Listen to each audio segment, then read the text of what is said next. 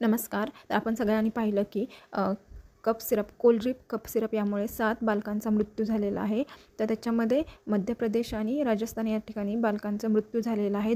त्याच्यामुळे सरकारने कफ सिरपवरती 2 वर्षाखालील मुलांना कफ सिरप देण्यावरती बॅन आणलेला आहे.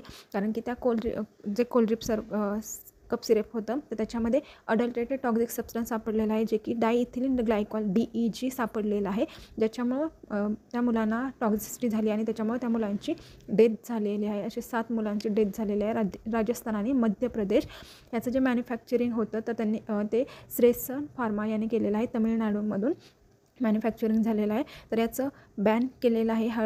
कोल्ड ड्रिप हे पूर्ण स्टॉप केलेलं आहे. तर महाराष्ट्र सरकारने पण याच्यावरती पूर्ण बॅन आणलेलं आहे. तसंच बाकीमध्ये तुम्ही पाहिलं असेल तर ओडिसा वगैरे ह्या ठिकाणी पण काय केलेलं आहे, तर याच्यावरती बॅन आणलेलं आहे. तर हे कोल्ड सिरप किंवा लहान मुलांना कफ सिरप देणं टाळा, जेणेकरून हे असं काही तुमचं टॉक्झिसिटी शो होईल. ठीक आहे.